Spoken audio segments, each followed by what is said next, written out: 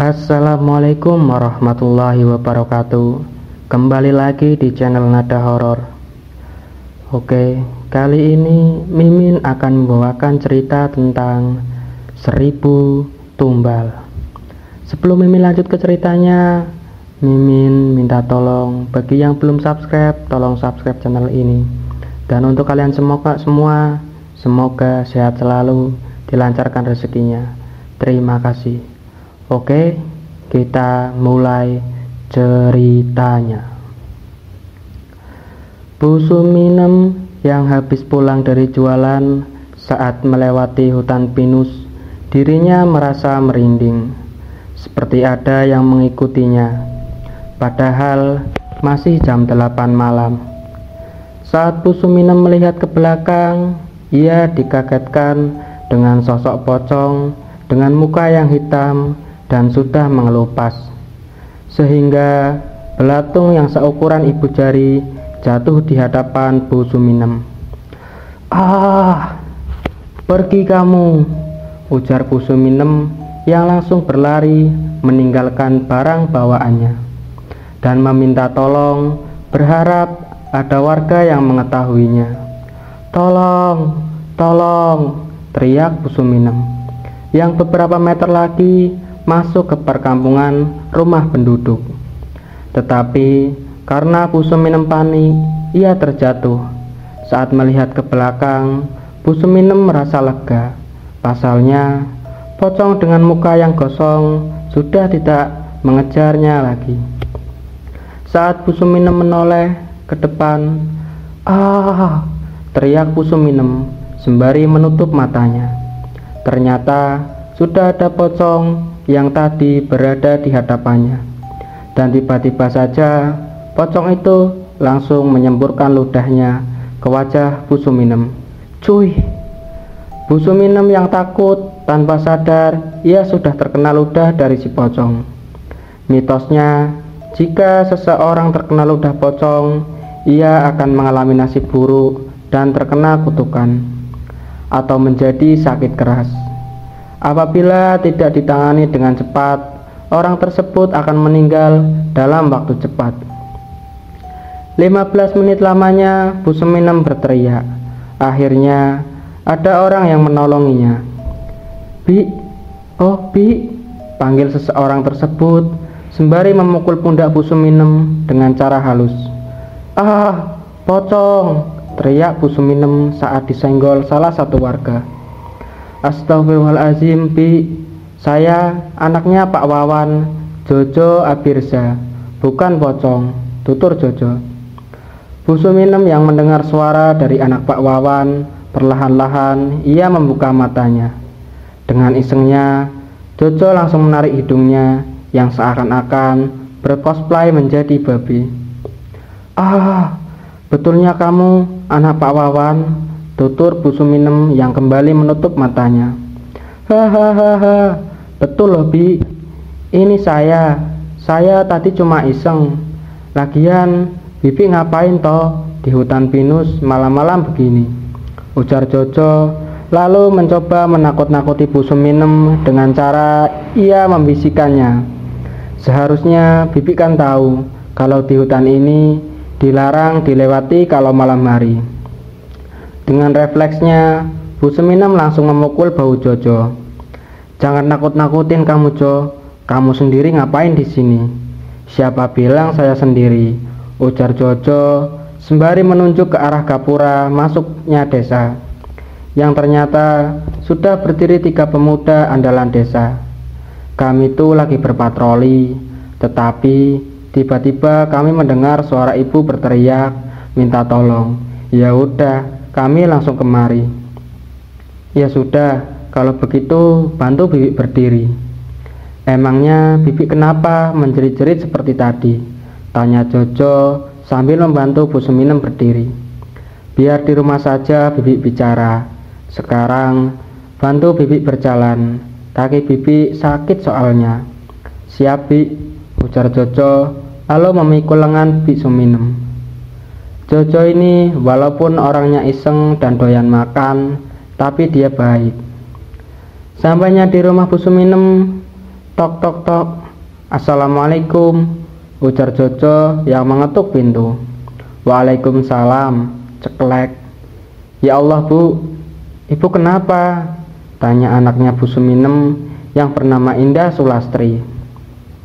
Ibu tadi jatuh di hutan pinus nak, ujar Bu Suminem. Dudukkan bibi di kursi Jo, pintanya. Dengan pelan-pelan Jojo menduduki Bu Suminem di kursi rotan miliknya. Mau minum apa Kang? Tawar Indah. Kopi mbak kalau ada, ujar Jojo tanpa segan. Kamu ini Jo, gak ada segannya di rumah orang, tutur anaknya Pak RT yang bernama Dani Anggara. Gak apa-apa toh Kang, lagian sampean bertiga udah membantu ibu saya, tutur Indah lalu menuju dapur. Emangnya apa yang terjadi sama bibi di hutan itu? Tanya seorang pemuda yang bernama Aden. Saat Aden menanyakan itu, tiba-tiba wajah Bu Suminem mengeluarkan keringat yang menandakan kalau dirinya sedang ketakutan. Bi, oh Bi, panggil Aden lagi yang melihat Bu Suminem mendadak diem. Sebenarnya ibu takut ingin menceritakannya Nak Aden. Nak Aden kan tahu sendiri apa yang dikatakan Ustadz Jalaluddin, kalau ada apa yang terjadi di hutan, jangan dibicarakan di dalam desa. Takutnya apa yang diceritakan menjadi malapetaka bagi dirinya, tutur Bu Suminem. Mereka bertiga yang mendengar penjelasan Bu Suminem merasa syok. Pasalnya Pak Ustadz tidak pernah berbicara sama sekali kepada mereka bertiga mengenai hutan itu. Kapan Pak Ustadz ngomong seperti itu Bi? Tanya Aden. Barusan semalam Kang, ujar Bu Suminem yang membuat mereka menjadi berpikir. Diminum dulu Kang, tawar Indah Sulastri yang membawakan 3 gelas kopi hitam dan sepiring ubi rebus. Iya Ndah, terima kasih, ujar Kang Aden. Kok Pak Ustadz tidak ada memberitahu kita ya, ujar Jojo. Ya mungkin kita belum ada ketemu dengan beliau.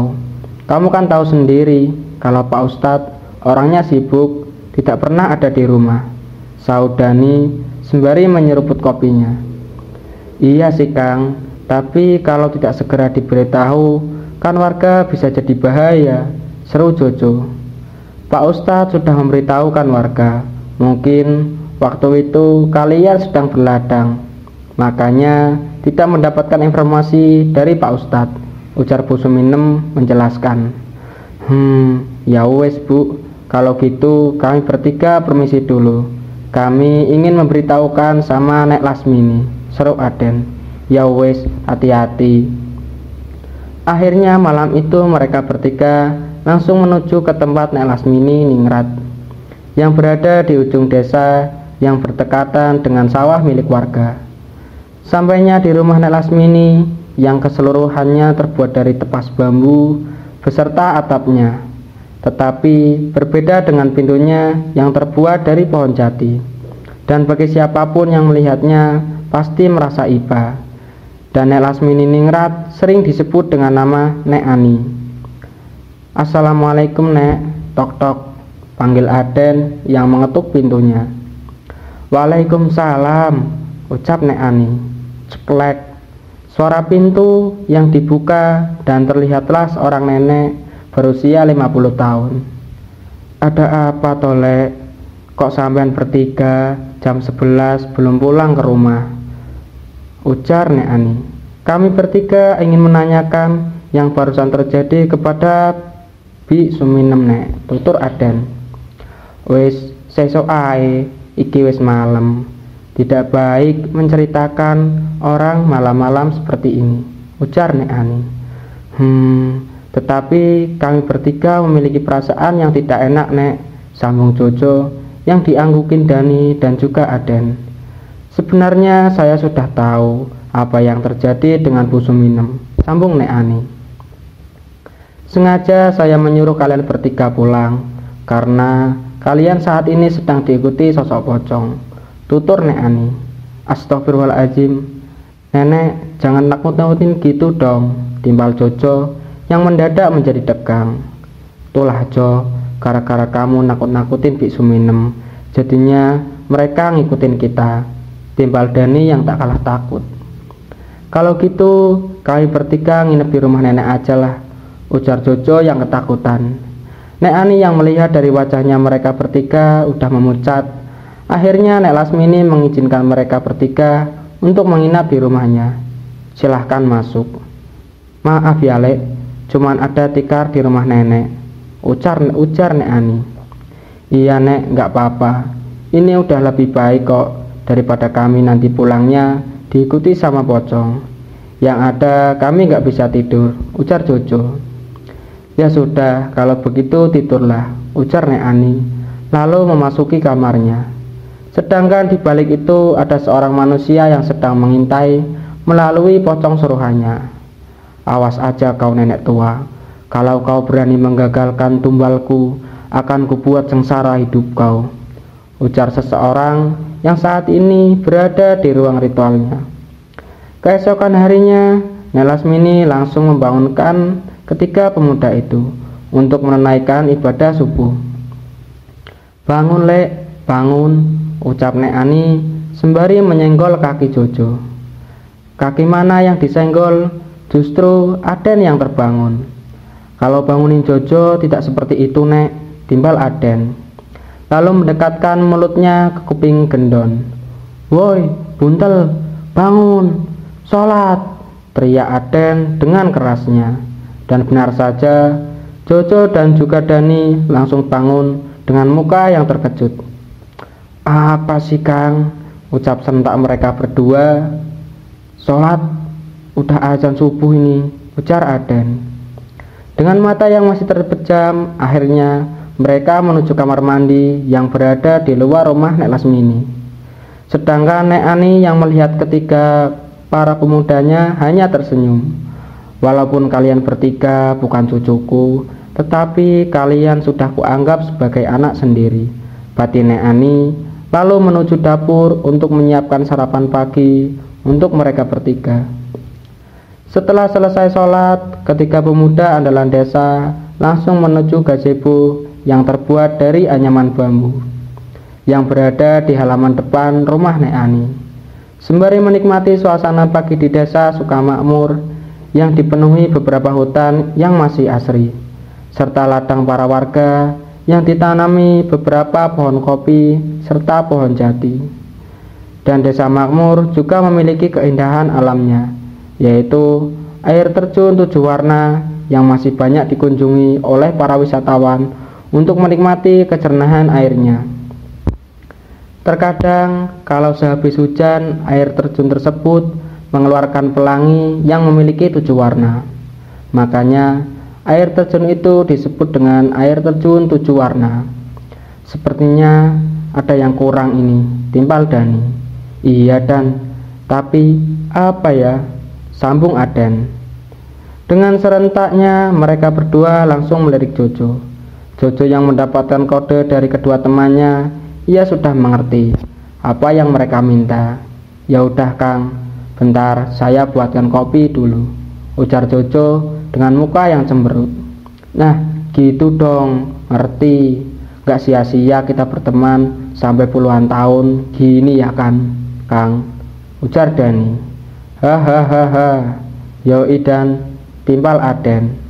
Gak berselang lama justru Jojo keluar membawakan nasi. Lah kocak kamu Jo, apa yang disuruh lain yang dibawa, ujar Aden. Nek Ani yang menyuruh membawakannya untuk kita makan. Tutur Gendon ke dapur untuk mengambil kopi beserta sayurnya. Gak berselang lama Jojo kembali bersama Nek Ani. Lalu mereka berempat makan bersama layaknya seperti keluarga. Walaupun dengan lauk yang seadanya dari ikan goreng dan juga sayur sawi, tetapi mereka menikmatinya. Setelah selesai makan, bawalah Bu Suminem ke rumah saya, celetuk Ani tiba-tiba. Mereka bertiga yang mendengar ucapan Nek Ani hanya saling tatap, yang menandakan kalau mereka tidak mengerti. Tetapi dengan nurutnya mereka langsung menuju kediaman Bu Suminem pagi itu. Kalau Nek Ani udah ngomong seperti itu, pasti ada yang terjadi dengan Biksu Minem, Kang, timpal Jojo sembari berjalan. Perasaan saya mengatakan begitu juga, tetapi kan kita tidak tahu, jawab Aden. Gak berselang lama mereka sampai di kediaman Biksu Minem. Jojo yang melihat rumah Biksu Minem masih tutup itu, ia merasa heran. Tumben-tumbenan Biksu Minem jam segini masih tutup pintunya, Kang. Entah Jo, coba panggil saja. Mana tahu orangnya ada di rumah. Lalu Jojo mencoba mengetuk pintu rumah Biksu Minem. Tok tok tok. Bi, Assalamualaikum. Tetapi tidak ada jawaban dari dalam. Coba lagi Jo, sambung Dani. Tok tok tok. Bi, ceklek. Suara pintu yang terbuka dan terlihatlah Indah dengan mata yang membengkak seperti habis menangis. Astagfirullahaladzim, Dah. Kamu kenapa, Dah? Tanya Jojo panik. Ibu, Kang, tutur Indah yang gak sanggup mengucapkannya. Dengan perasaan panik, mereka bertiga langsung melihat sendiri ke kamar Biksu Minem.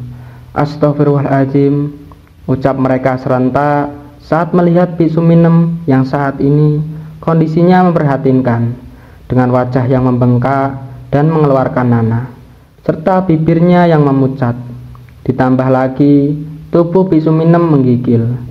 Melihat itu, mereka bertiga langsung menggotong Biksu Minem ke tempat Nek Ani. Mau dibawa kemana ibu, Kang? Ujar Indah yang melihat ibunya langsung dibawa sama Aden dan juga Dani.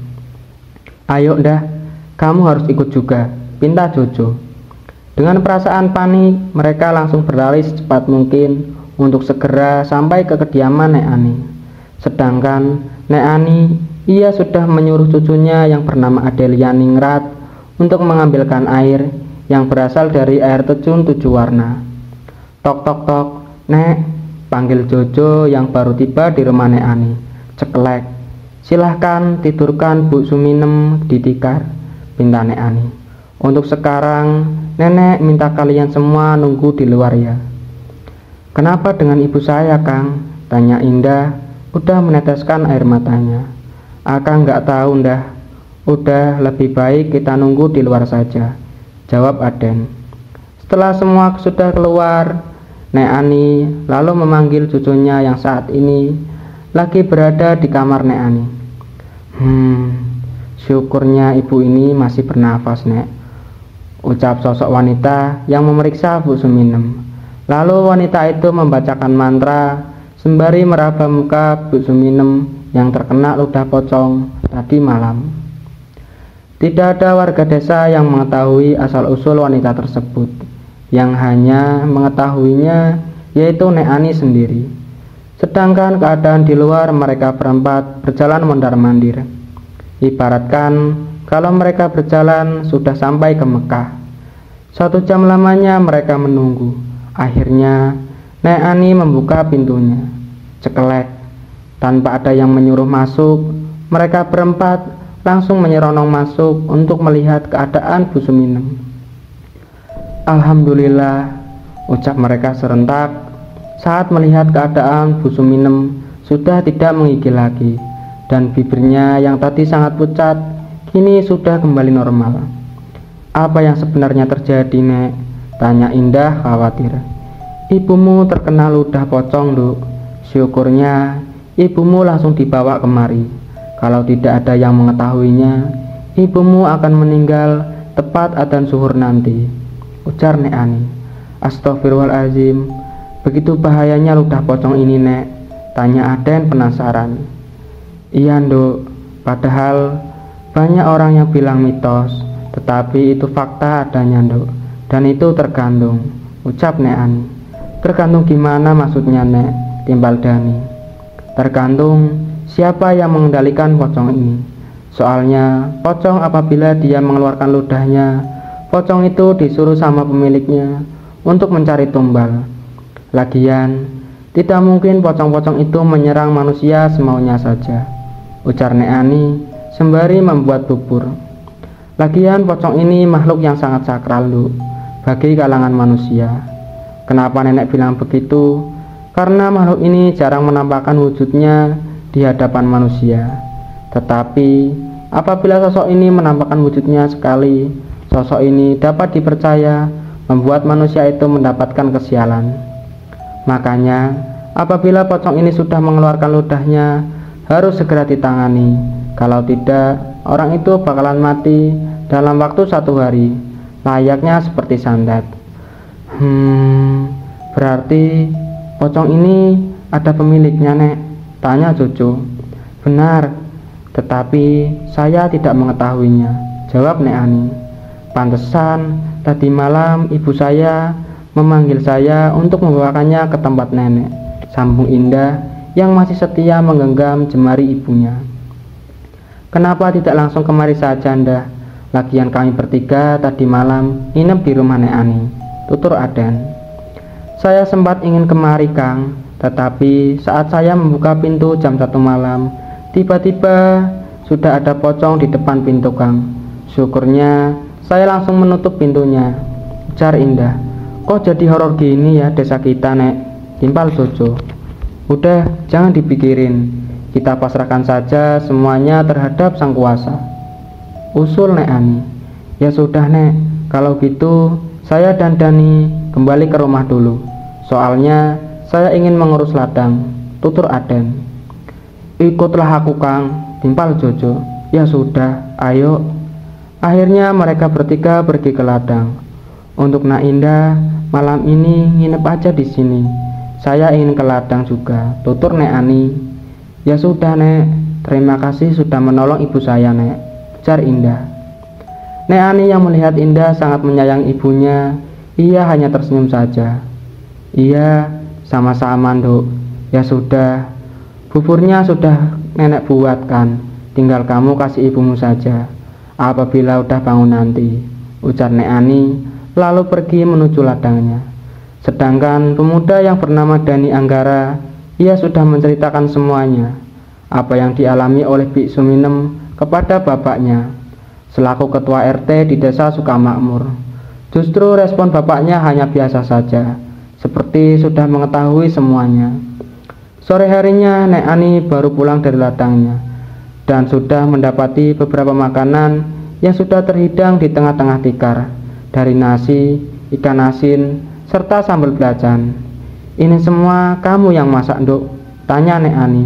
Hehehe, iya, Nek, maaf ya, Nek, kalau Indah udah lancang. Tetapi Indah mencoba membalas kebaikan nenek dengan cara ini, ujar Indah. Nek Ani hanya tersenyum melihat Indah. Ya Allah, Nduk, padahal nenek gak minta apa-apa loh. Nenek cuma minta ibu kamu untuk dijagain. Gak apa-apa loh, Nek, nenek kan habis pulang dari ladang, udah pastinya nenek lapar.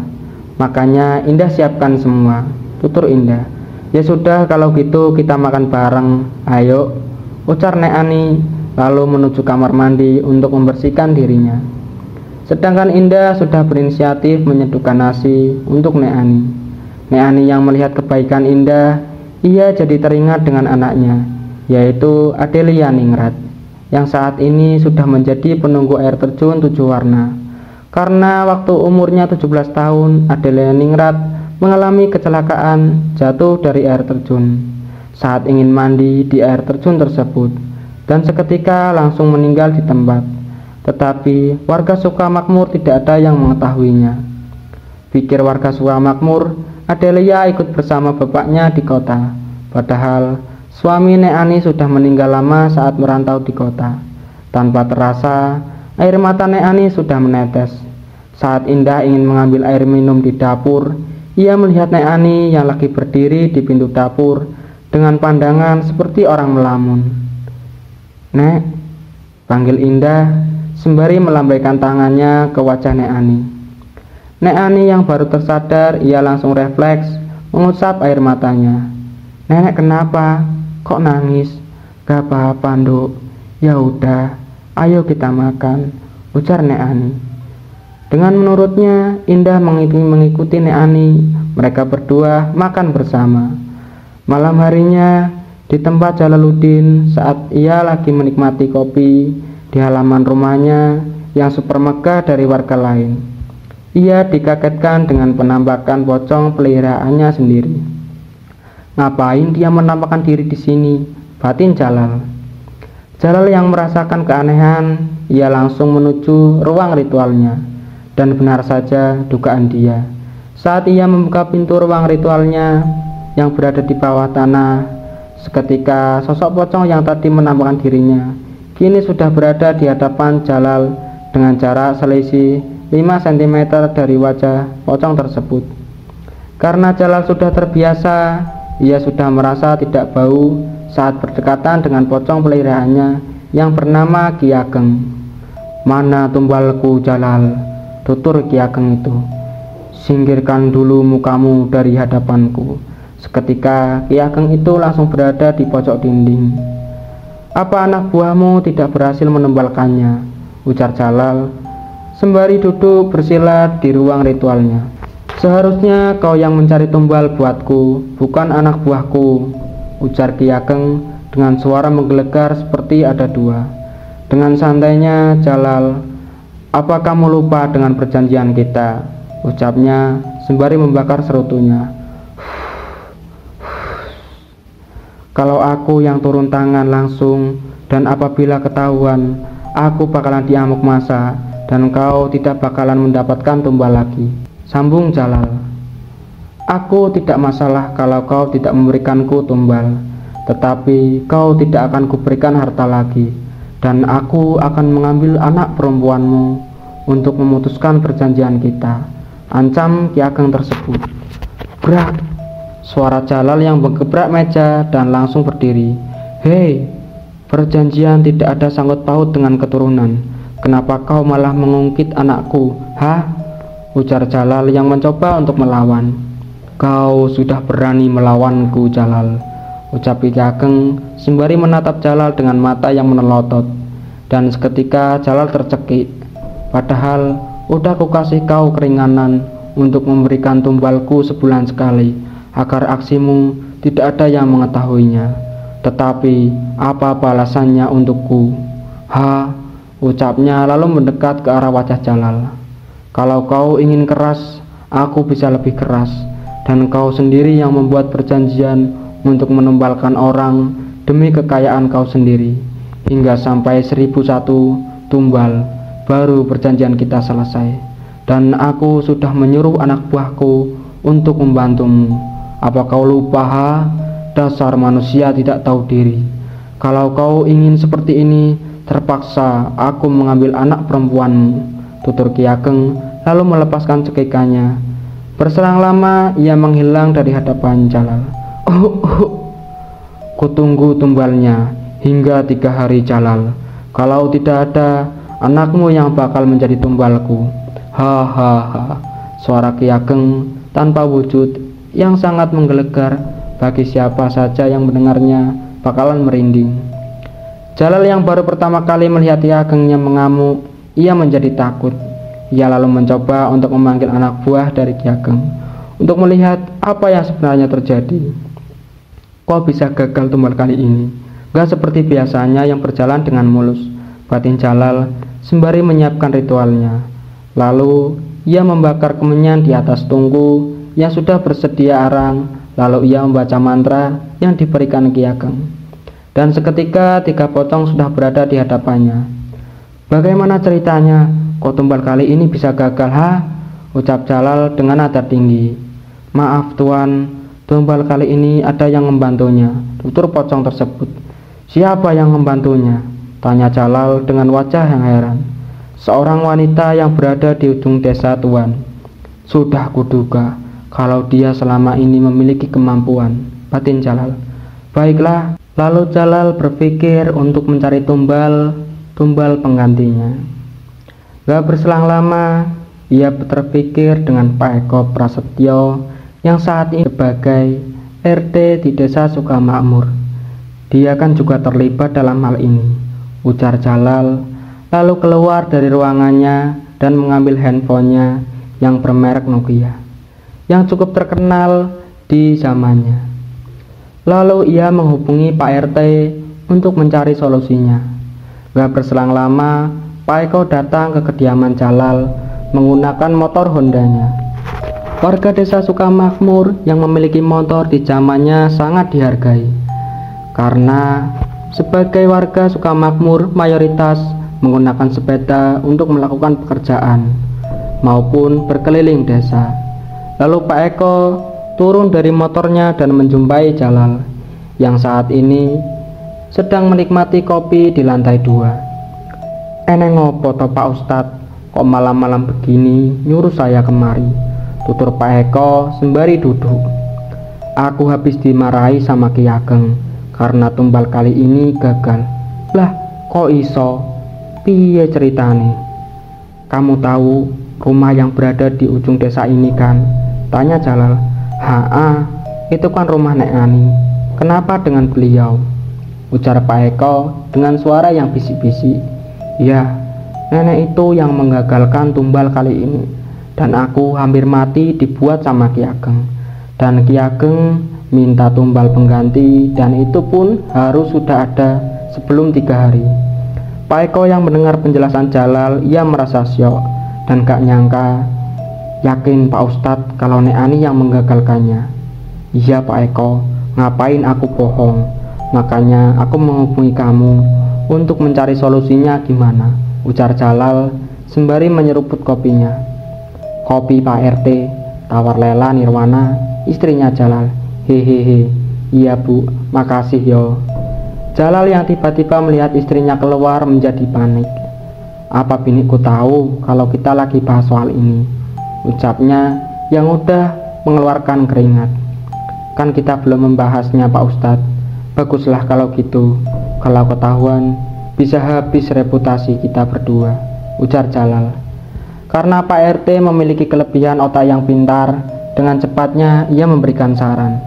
"Gini aja Pak Ustadz, kita akan memiliki warga yang lumayan banyak nih, hingga puluhan ribu warga. Gimana kalau kita menumbalkan satu orang dengan cara kita membagikan nasi kotak yang bercampur dengan ludah pocong? Kan kebetulan kalau besoknya hari Jumat," usul Pak Eko. Jalal lalu berpikir, kalau kematian massal gimana? Bisa kita yang menjadi sasarannya, karena kita yang memberikan nasi kotak itu. "Ya gak semualah Jalal, cukup satu kotak saja yang dikasih ludah pocong," ujar Pak Eko. "Oke, saranmu kali ini sangat bagus, ku terima itu," ujar Jalal lalu memberikan uang 300.000 rupiah untuk memesan nasi kotaknya. "Ya udah kalau gitu saya pulang dulu, udah mau jam 12 ini," ujar Pak Eko lalu meninggalkan Jalal. Sedangkan ketiga para pemuda andalan desa seperti biasa lagi berpatroli keliling desa. "Mudah-mudahan malam Jumat ini aman ya Kang," ujar Jojo sembari berjalan santai. "Mudah-mudahan aja Jo, lagian kalau ketemu kita langsung lari kok," timbal Aden. Saat lagi berpatroli, tiba-tiba saja Jojo dan Aden melihat cahaya lampu yang menuju ke tempat mereka berdiri. "Jangan serius sekali lihatnya, itu motor bapakku woi," timbal Dani. "Tak kirain apaan, ya kan Kang. Soalnya kan yang punya motor hanya beberapa orang saja di sini," sambung Jojo. "Emangnya bapakmu habis dari mana Dan?" tanya Aden penasaran. "Biasalah Kang, tempat Pak Ustadz." "Besti orang itu Dan, kau seringkali berdua, ya kan Jo?" ujar Aden yang dianggukin Jojo. "RT sama Ustadz kan harus menjalin hubungan dengan baik Kang," timbal Dani yang belum mengetahui kebusukan bapaknya dan juga Pak Ustadz Jalal. "Kok malah bahas bapakku sih Kang? Udah, yang penting kita patroli, kan lumayan setiap patroli kita dapat makan sama rokok, ditambah lagi kopi. Apa nggak enak kali ini memiliki seorang RT seperti itu?" sambung Dani yang memuji bapaknya. "Eleh, iyalah, dia kan bapakmu," ucap mereka serentak. Tepat jam 12 malam saat mereka melewati rumah Pak Ustadz Jalaluddin yang super megah di Sukamakmur, dengan 2 lantai di bawah pagar yang terbuat dari batu bata setinggi 3 meter, ditambah lagi dengan cat warna putih bernuansa coklat, yang membuat rumah Pak Ustadz Jalaluddin menjadi enak dipandang kalau siang hari. Tetapi kalau malam hari, rumah Pak Ustadz Jalaluddin memiliki hawa mistis yang tidak bisa diucapkan dengan kata-kata. Kang, panggil Jojo tiba-tiba, sembari menyendari sekeliling rumah Pak Ustadz Jalal. Eneng ngopo tuju? Sahut Aden sembari menyendari jalan. Kenapa ya Kang? 3 hari ini saya merinding saat melewati rumah Pak Ustadz Jalal, tutur Jojo sembari memegang tengkunya. Perasaanmu aja kali Jo, sambung Dani. Loh, kirain Akang, cuma Akang aja yang ngerasa gitu Jo. Tetapi kamu juga, timbal Aden yang berjalan menunduk. Tetapi tidak ada sambutan dari Jojo. Jo, panggil Aden lagi. Lagi-lagi tidak ada sautan dari Jojo, yang membuat Aden bingung dan langsung melihat ke belakang. Woi, ngapain kalian berdua berhenti di situ? Ujar Aden yang melihat Jojo dan Dani berdiri mematung dengan jarak 1 kilometer dari dirinya berdiri. Lalu Jojo memberikan kode senter menunjukkan ke arah pojok tembok Pak Ustadz Jalal, sembari memonyongkan bibirnya. Apaan sih Jo? Ucap Aden yang gak ngerti melihat tingkah Jojo. Pocong, lari Kang, teriak Jojo yang langsung berlari terbirit-birit. Begitu juga dengan Dani. Dek. Tanpa bisa berkata-kata lagi, akhirnya Aden mencoba mengarahkan senternya dengan perlahan-lahan yang ditunjuk sama Jojo tadi. Astagfirullahaladzim, ucap Aden yang melihat wajah pocong yang sedang mengintip dirinya di pojok dinding. Tiba-tiba saja tubuh Aden mendadak kaku, seakan-akan tidak bisa digerakkan. Allahumma barik lana fima rozaktana wa qina adzabannar, ucap Aden yang mendadak membaca doa makan dengan mata tertutup. Begitu juga dengan bibirnya yang bergetar. Itu doa makan Kang, gak bakalan mempan, sambung Jojo tiba-tiba yang balik lagi dan langsung menggendong tubuh Aden yang kurus dan langsung dibawanya lari. Sampainya di pos ronda, suara Jojo yang ngos-ngosan berlari. Gile tuh pocong, mau ngintip bukannya bilang-bilang dulu, ujar Jojo sembari mengatur nafasnya. Kalau setiap hari kita coba beginian, bisa stres kita, Jo, sambung Dani. Sedangkan Aden masih syok dan diam beribu bahasa. Jojo yang melihat Kang Aden mendadak diem, dia merasa bingung. Kang, Kang, panggil Jojo sembari menyenggol lengan Aden. Astagfirullahaladzim, dingin kali tangan Kang Aden Kang. Yang bener kamu Jo, sahut Dani lalu mencoba memegang lengan Aden. Coba kamu pegang keningnya Jo. Keningnya justru panas Kang, ujar Jojo yang masih memegangi kening Aden. Ya udah Jo, mungkin Kang Aden syok. Kita bawa pulang aja kalau gitu. Lagian ini udah jam 1, usul Dani. Akhirnya mereka membawa Aden pulang ke rumahnya. Kebetulan rumah Aden dan rumah Jojo hanya seling satu rumah. Tetapi kehidupan Aden sangat berbeda dari Jojo dan juga Dani. Pasalnya kedua orang tua Aden sudah meninggal saat ia berumur 17 tahun. Dan semenjak itu Aden harus dipaksa hidup kuat hingga sampai sekarang yang udah berumur 27 tahun. Sedangkan Dani 23 tahun dan Jojo 19 tahun. Sampainya di rumah Aden, Jojo langsung menidurkan Aden di kamarnya. Saat Jojo memegang kening Aden, ya Allah Kang, badanmu panas sekali. Udah Jo, Akang gak apa-apa kok, paling besok udah baikan, ujar Aden. Setelah Jojo mendengar ucapan Aden, ia lalu melirik Dani. Dani yang mengerti kode dari Jojo, ia hanya menganggukkan kepalanya, yang menandakan setuju. Akhirnya malam itu Jojo dan Dani lebih memilih menginap di rumah Aden. Pagi harinya, sekitar pukul 7 Jojo kebangun, kebelet kencing, tanpa melihat kondisi Aden terlebih dahulu. Ia langsung pergi ke kamar mandi untuk membuang hajatnya sembari membersihkan diri. Setelah mandi, Jojo ingin menyiapkan sarapan pagi mereka bertiga. Tetapi saat Jojo melihat ember yang biasanya Aden gunakan untuk beras, kini sudah kosong, yang tertinggal hanya kaleng muk saja. Ya Allah Kang, sejak kapan kamu kehabisan beras? Batin Jojo yang sangat memprihatinkan dengan kondisi Aden yang saat ini. Lalu ia mencoba kembali ke kamar Aden untuk mengeceknya. Saat tirai pintu dibuka, ya Allah Kang, kamu kok masih menggigil?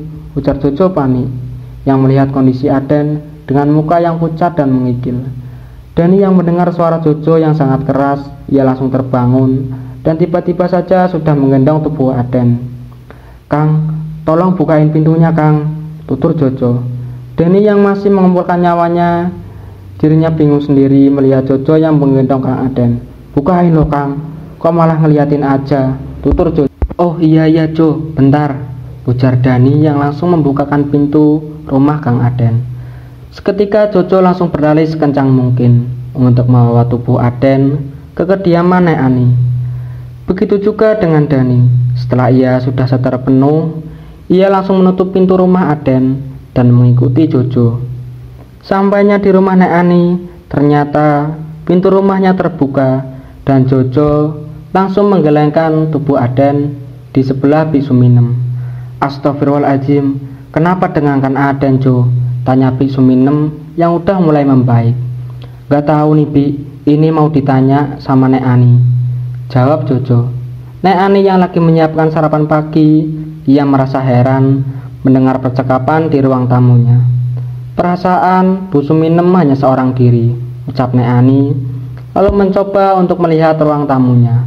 "Astagfirullahaladzim Jo," ucap Nek Ani yang melihat keadaan agen yang menggigil. "Kenapa dengan Kang Aden, Jo?" "Tadi malam kami bertiga habis ngeronda, Nek. Tetapi saat ingin melewati rumah Pak Ustadz Jalal, tiba-tiba ada pocong yang mengintip di balik luar tembok rumahnya," ujar Jojo menjelaskan. "Kan kalian bertiga?"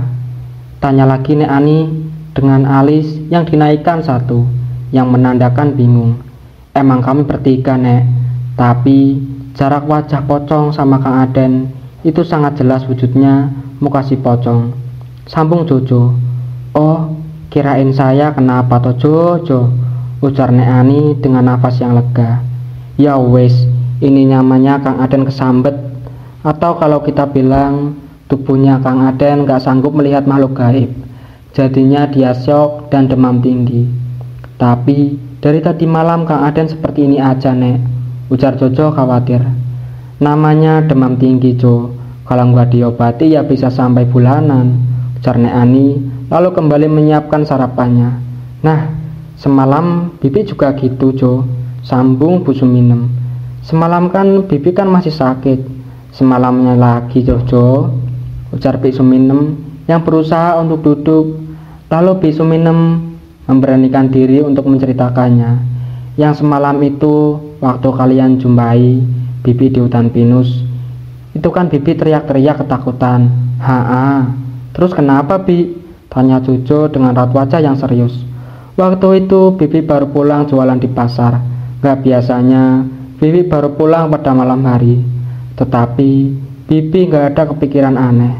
Mungkin saja namanya gak rezeki," ujar Bik Suminem dengan nada yang pelan agar tidak didengar oleh orang lain. Lalu saat Bibi pulang melewati hutan pinus, Bibi diganggu sama sosok pocong itu. Padahal waktu itu baru selesai isya. Karena Bibi takut, akhirnya Bibi lari sekuat tenaga saat ingin memasuki gapura desa kita. Bibi tersandung, Jo, karena Bibi takut dengan pocong itu. Bibi lalu menoleh ke belakang untuk memastikan pocong yang tadi. Waktu itu saat Bibi menoleh ke belakang, Bibi sangat bersyukur karena pocong itu sudah tidak ngikutin lagi. Tapi saat Bibi melihat ke depan, astagfirullahaladzim, Jo, pocong itu sudah berada tepat di wajah Bibi dengan mukanya yang hitam dan sudah terkelupas. Ditambah lagi belatungnya yang besar-besar, Jo. "Hi, merindinglah pokoknya, Jo." Brak!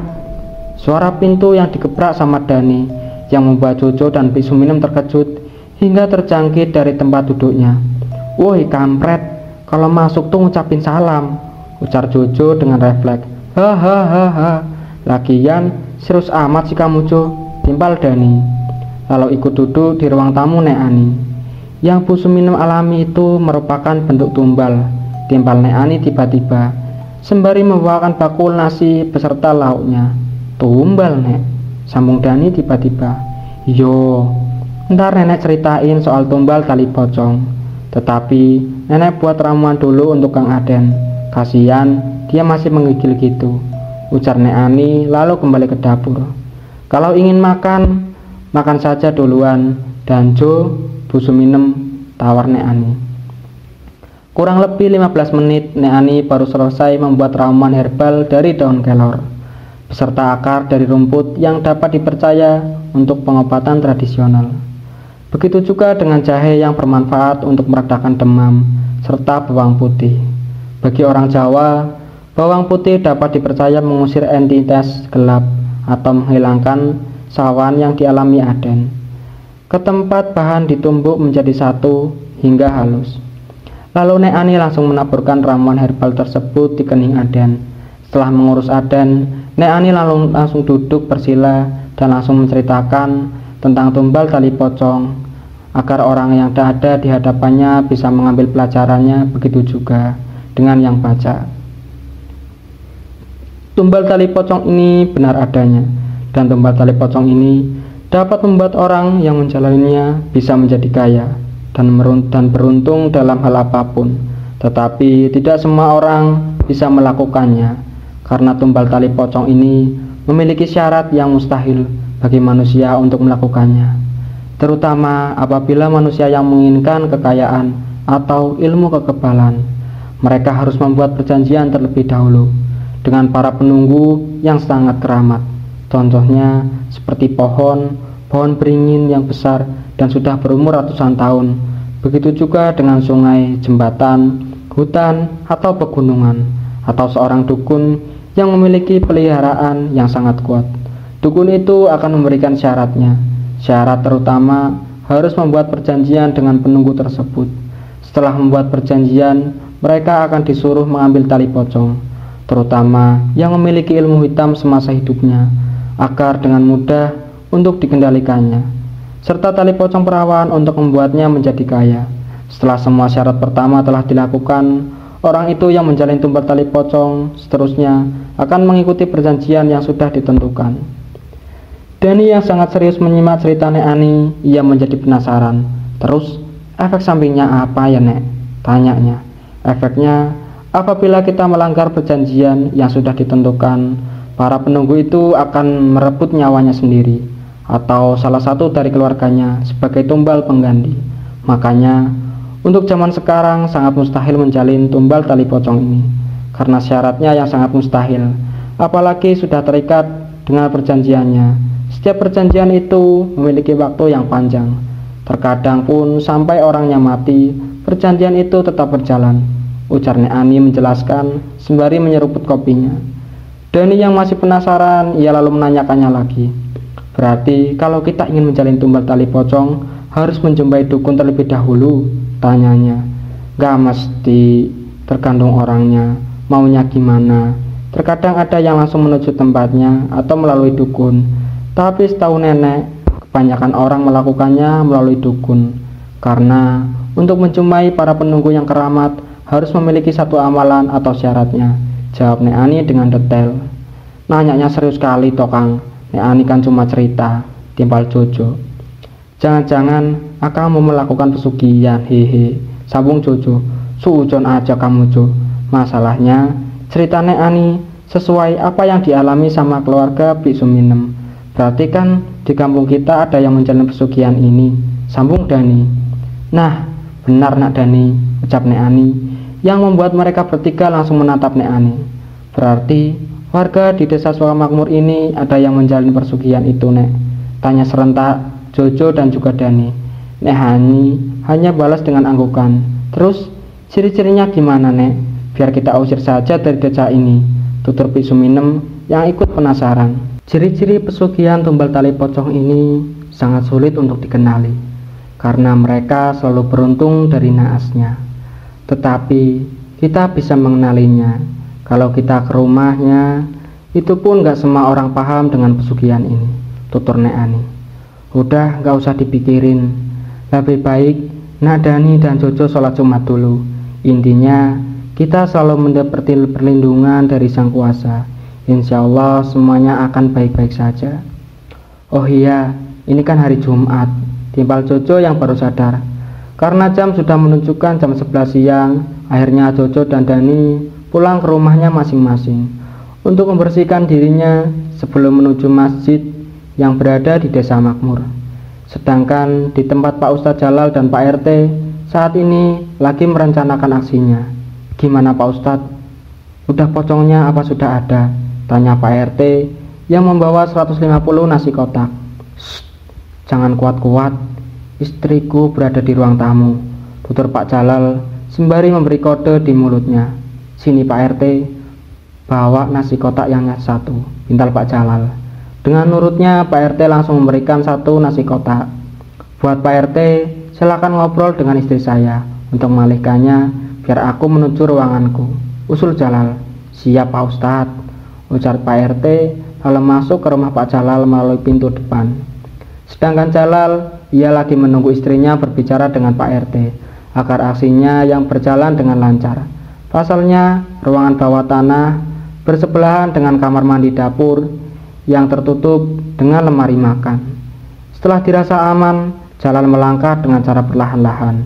Sampainya di dapur, Jalal lalu mendorong lemari yang emang sudah dia desain menggunakan roda saat pertama beli agar tidak menimbulkan suara saat digeser.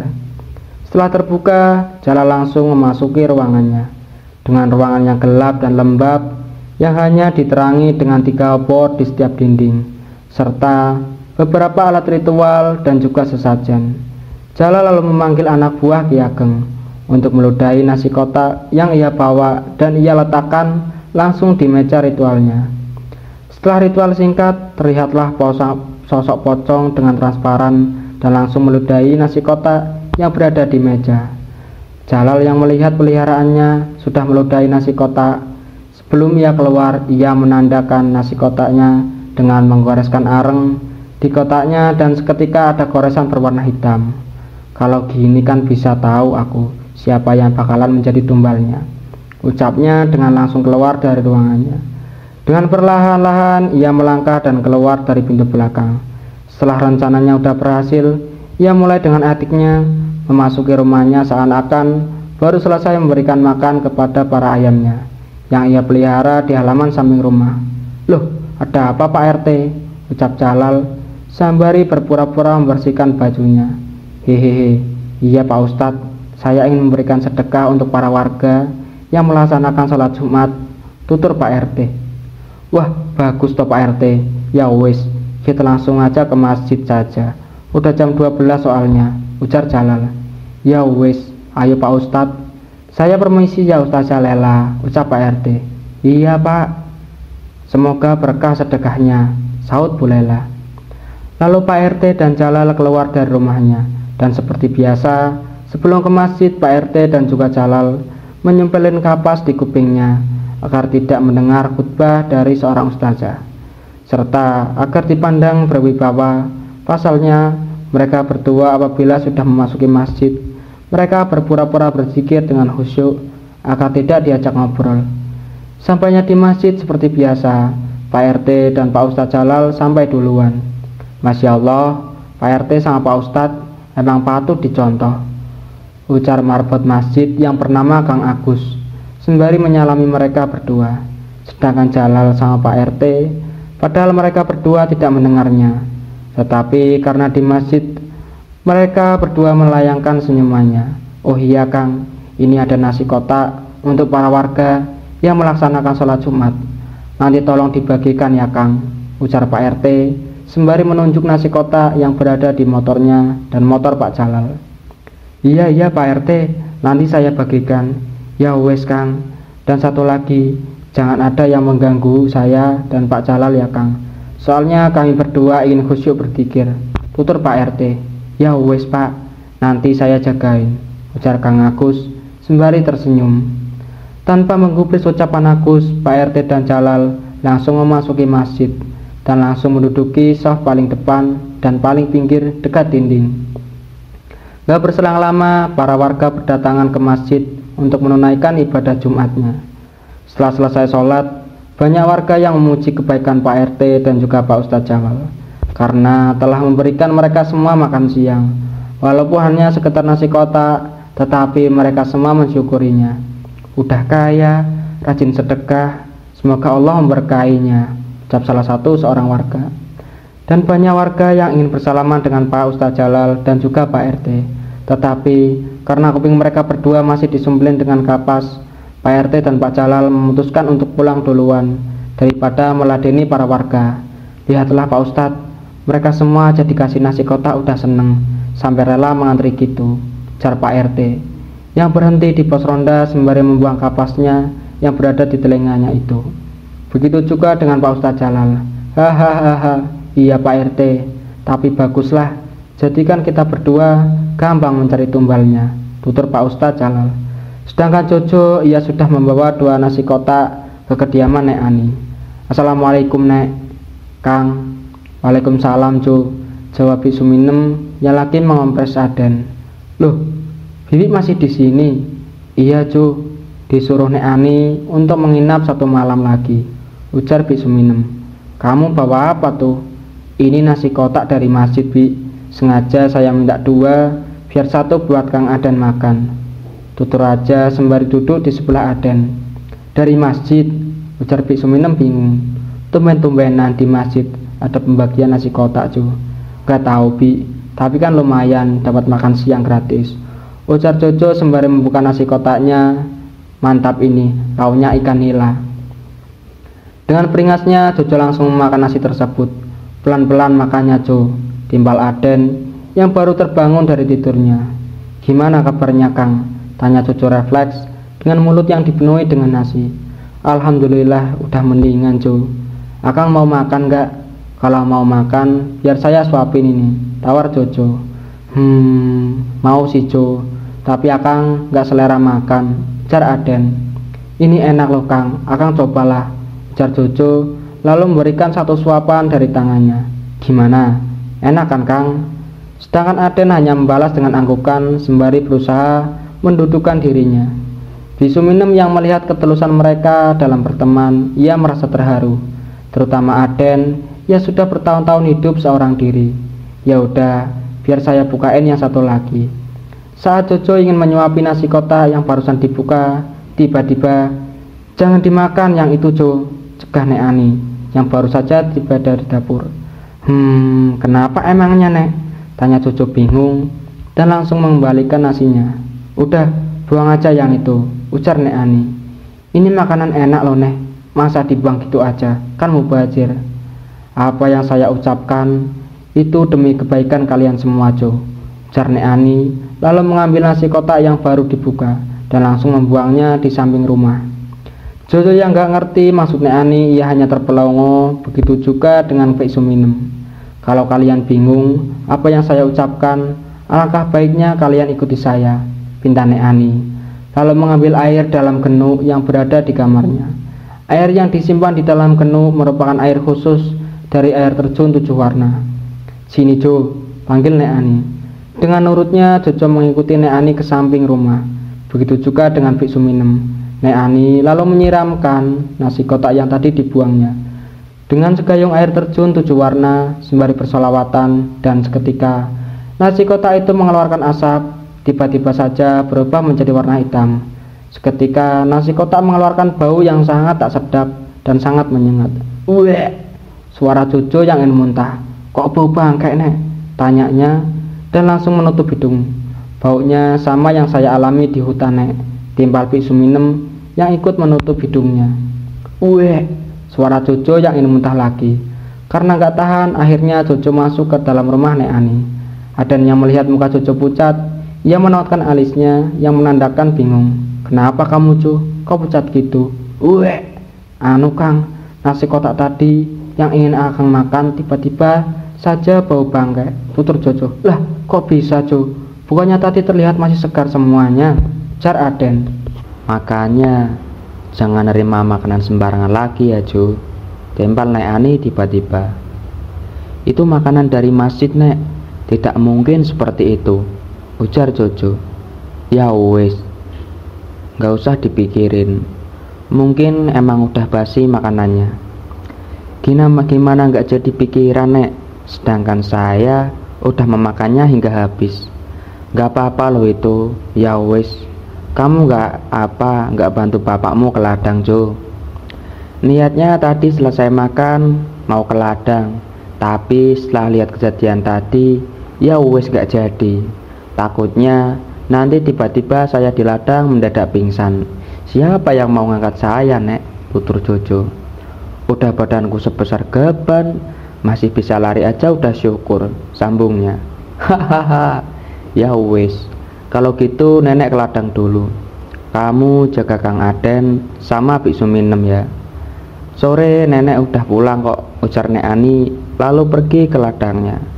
Oke Nek, jawab Jojo sembari menggeletakkan badannya.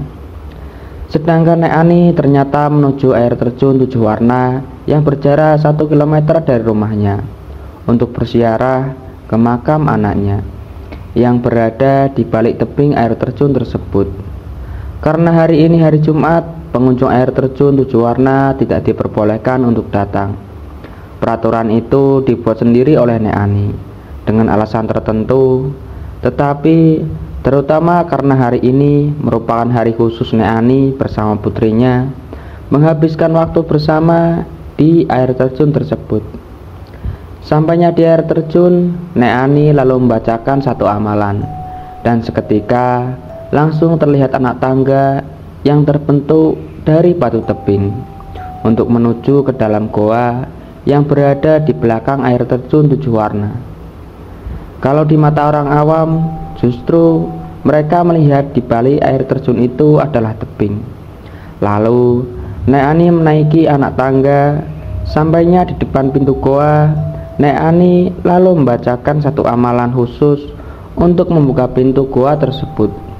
Gak berselang lama setelah Nek Ani selesai membacakan satu amalan, seketika tebing air terjun tersebut bergetar dengan hebat.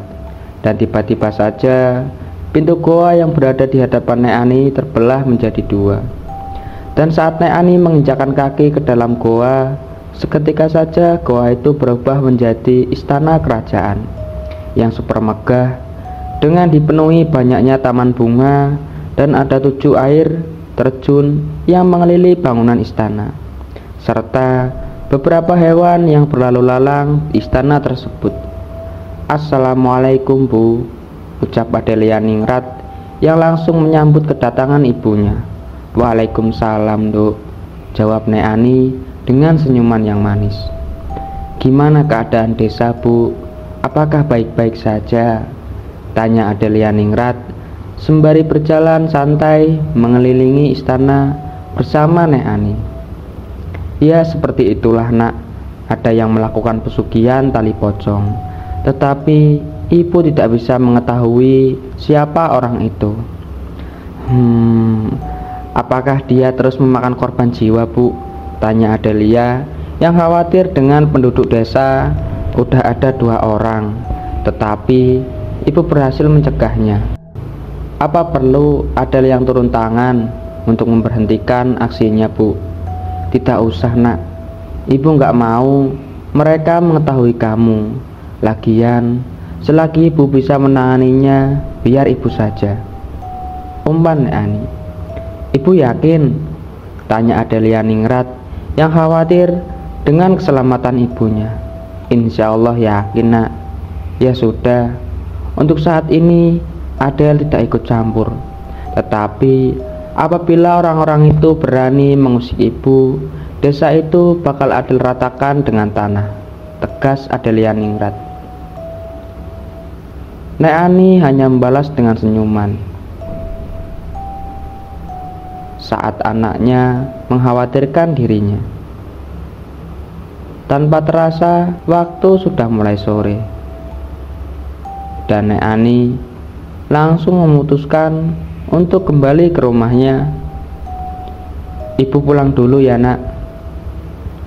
Sebentar Bu, ucap Adelia, lalu memanggil para danyangnya untuk membawakan beberapa ikan untuk makan malam Nek Ani. Ini buat ibu dan Kang Aden, ujar Adelia sembari memberikan 4 ekor ikan nila. Terima kasih Nduk, ucap Nek Ani dengan senyum manisnya. Kalau gitu ibu pulang ya. Assalamualaikum. Waalaikumsalam. Saat Nek Ani keluar dari goa, ternyata waktu sudah maghrib.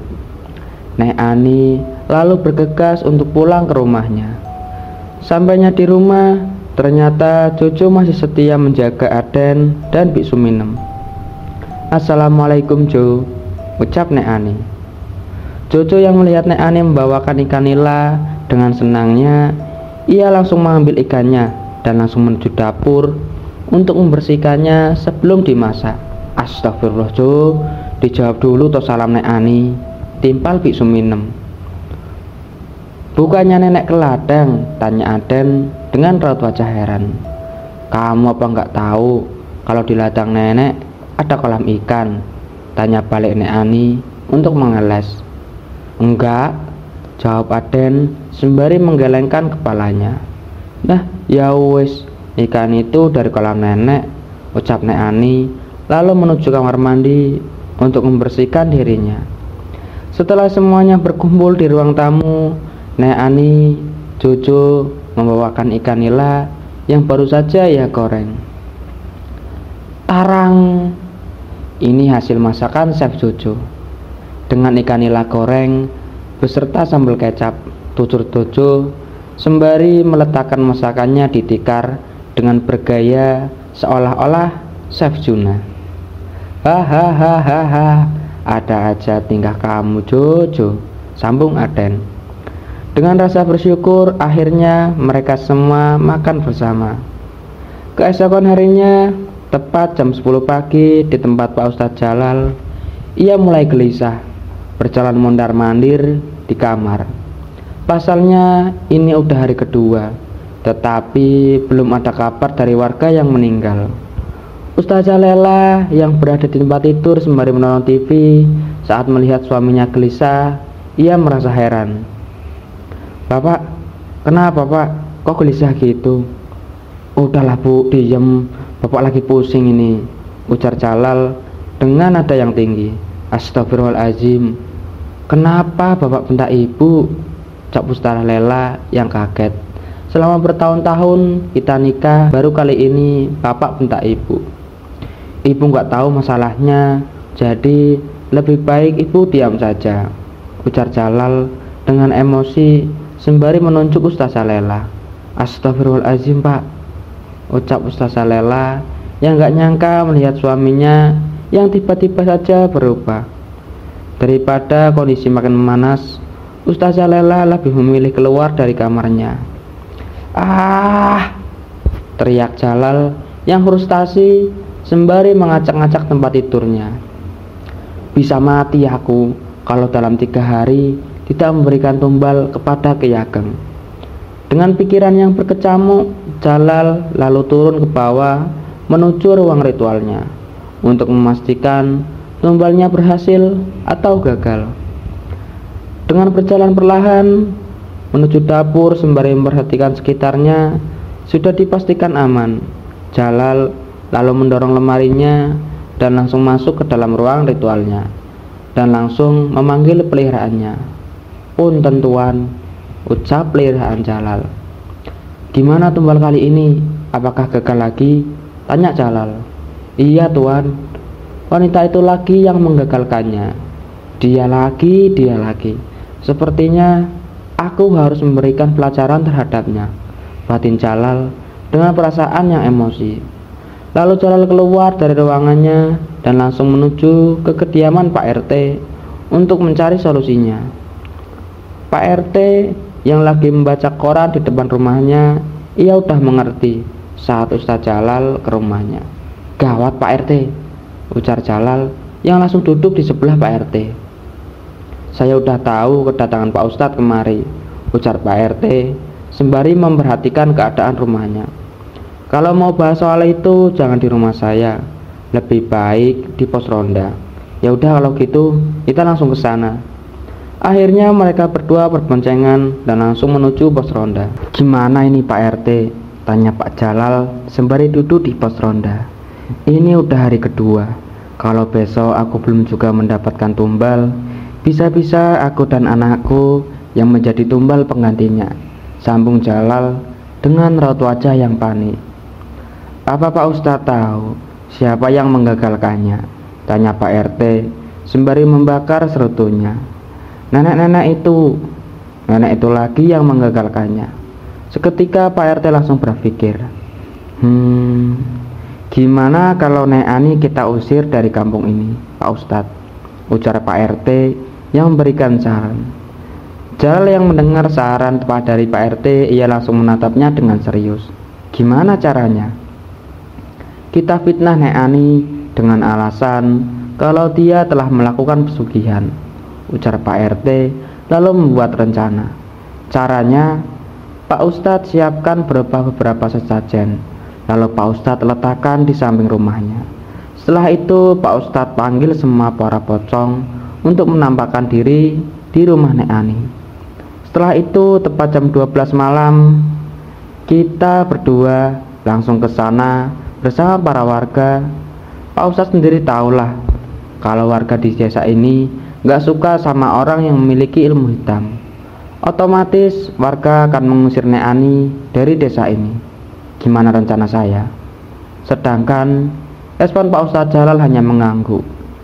Kalau Nek Ani sudah tidak ada lagi di desa ini, Pak Ustadz bisa ngambil tumbal sesuka hati, atau sesuai perjanjian Pak Ustadz sama Ki Ageng yang harus menumbalkan manusia hingga 1001 tumbal. Pak Ustadz Jalal yang mendengar penjelasan Pak RT, ia merasa kegirangan. Hahaha, benar apa katamu Pak RT? Tapi Pak Ustadz Jalal jangan senang dulu. Ingat juga perjanjian kita berdua. Kalau bayaran saya tetap setimpal, ujar Pak RT. Kalau itu gampang Pak RT, tenang saja Pak RT. Ya sudah, kalau gitu saya mau ke ladang dulu, ujar Pak RT. Ya sudah, saya pun mau langsung siapkan semuanya, tutur Jalal sembari menaiki motornya. Lalu Jalal pergi ke arah pasar yang berjarak 5 km dari desa Sukamakmur untuk mencari beberapa bahan yang diperlukan untuk membuat sesajen. Sampainya di pasar, Jalal lalu memarkirkan motornya. Setelah itu ia langsung berjalan menelusuri pasar untuk mencari bahannya.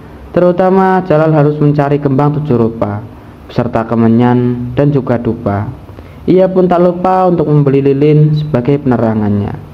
Setelah semuanya sudah dibeli, sebelum pulang ia lalu mengingat-ingat lagi agar tidak ada bahan yang kurang. Apa aku harus membeli kepala kerbau, pikir Jalal sembari berjalan menuju parkiran. Saat Jalal melihat ke arah parkiran motor, ternyata sudah ramai orang yang lagi ngumpul. Jalal yang penasaran, ia mencoba untuk melihatnya lebih dekat. Ada apa ini ramai-ramai Pak? Tanya Jalal kepada tukang parkir. Ini Pak Ustadz, dia habis mencopet, jawab tukang parkir sembari memperhatikan Jalal dari bawah kaki hingga atas dengan pakaian yang layaknya Pak Ustadz. Tetapi tukang parkir itu heran melihat belanjaan Jalal kembang. Buat apa seorang ustadz membeli kembang? Gumam tukang parkir. Tiba-tiba saja Jalal kepikiran untuk merekrut pencopet tadi. Daripada aku harus membeli kepala kerbau, mending mereka saja yang kubayar, batin Jalal. Lalu Jalal langsung memasuki kerumunan warga dengan gaya layaknya seorang ustadz. Astagfirullahaladzim, apa yang telah kalian lakukan, wahai manusia? Ucap Jalal yang mencoba melindungi dua pencopet tadi. Jangan coba menghalangi Pak Ustadz, mereka berdua sudah merasakan di pasar ini, ujar salah satu warga yang sudah memegang kayu palok. Benar itu Pak Ustadz, udah 3 kali mereka berdua mencopet di sini, sambung warga satu lagi.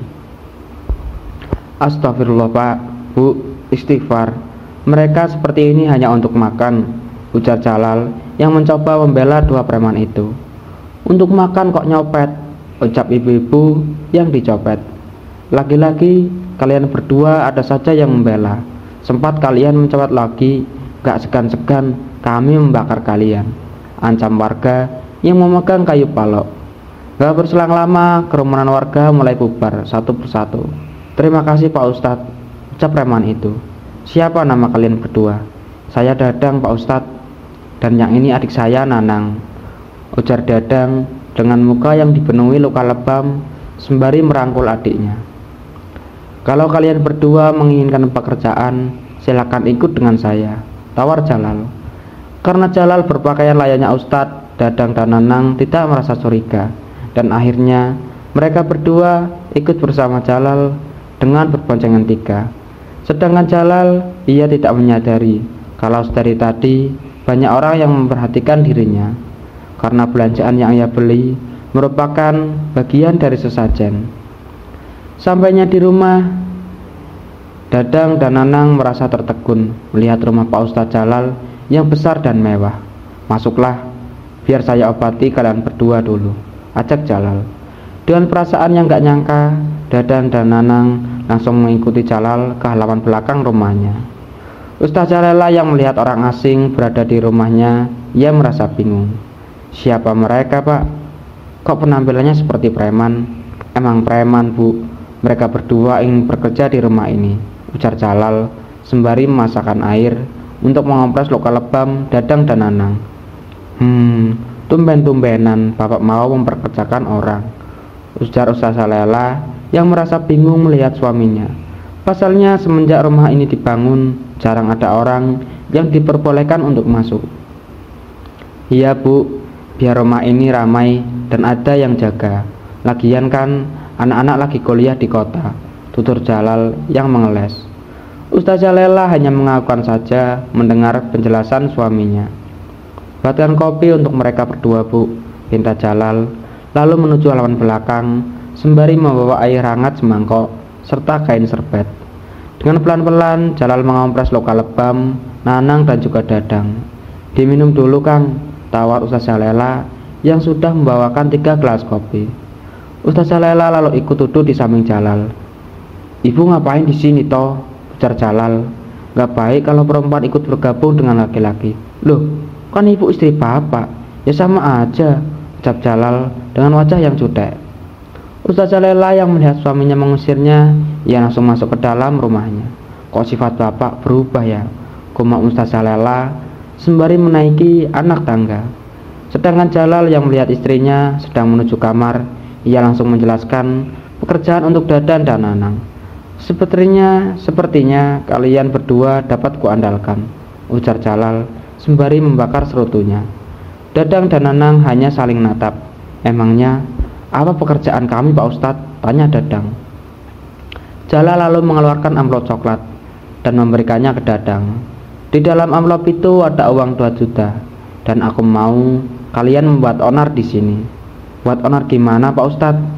Bukannya Bapak seorang Ustadz, kok bisa-bisanya nyuruh kami berdua membuat onar di desa sendiri?" timpal Nanang dengan raut wajah yang heran. "Kalau kalian tidak mau, ya udah, sini uangnya kembalikan," tutur Jalal dengan santainya. "Kami berdua mau, Pak Ustadz," timpal Dadang tanpa pikir panjang, yang membuat adiknya langsung menatapnya dan langsung menyenggol lengan Dadang. "Maksudmu apa, Bang? Lumayan ini loh, cuman buat onar dapat 2 juta, bisik Dadang ke adiknya. "Baiklah, untuk saat ini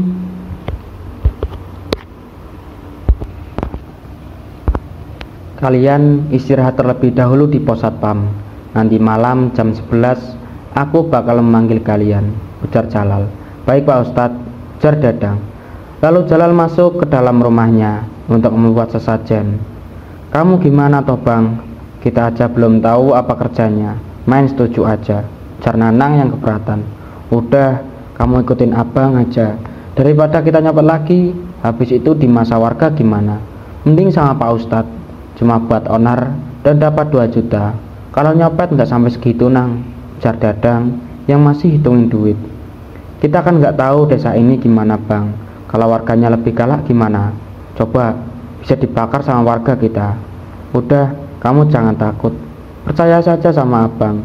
Lagian kamu pikir lagi, kita udah dapat uang, ditambah lagi tempat tidur, tambah lagi makanya ditanggung. Apa nggak enak? Coba di pasar, kita tidur aja di depan kios orang. Lagian kalau mau makan kita mesti nyopet dulu," ujar Dadang yang mencoba meyakinkan adiknya. Nanang yang mendengar penjelasan dari abangnya menjadi diam dan membenarkannya.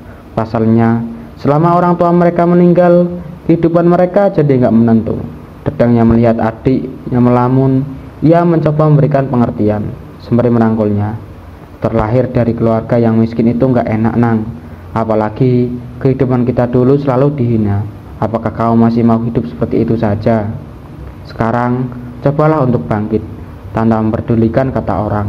Ingat, kita hanya berdua, jadi kita harus saling berjuang demi kehidupan kita. Sambung Dadang yang mencoba menguatkan diri satu sama lain. Nanang yang mendengar nasihat abangnya, akhirnya ia mengerti dan mengikuti apa yang abangnya ucapkan. Sedangkan di tempat Nek Ani, Bik Suminem sudah kembali ke rumahnya. Begitu juga dengan Aden yang saat ini lagi di belakang bersama Jojo. Malam harinya setelah sholat isya, entah kenapa Nek Ani merasa gelisah. Ia terus berjalan mondar-mandir di dalam rumahnya.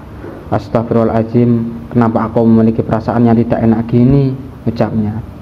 Akhirnya Nek Ani kembali ke kamarnya dan memutuskan berzikir untuk menghilangkan perasaan yang tak karuan. Tanpa sadar, Nek Ani tertidur dengan posisi duduk bersila sembari memegang zikir. Sedangkan di tempat Jalal, ia sudah menyiapkan beberapa sesajen di ruang ritualnya. Hahaha, tinggal nunggu jamnya saja. Kau bakalan tidak ada lagi di desa ini pengganggu, batin Jalal dengan senyum miring.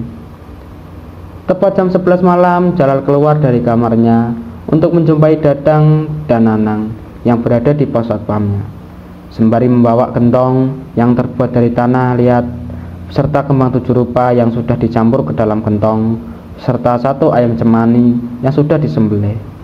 Dadang dan Nanang yang keluar melihat Jalal sembari membawa gentong hanya saling menatap.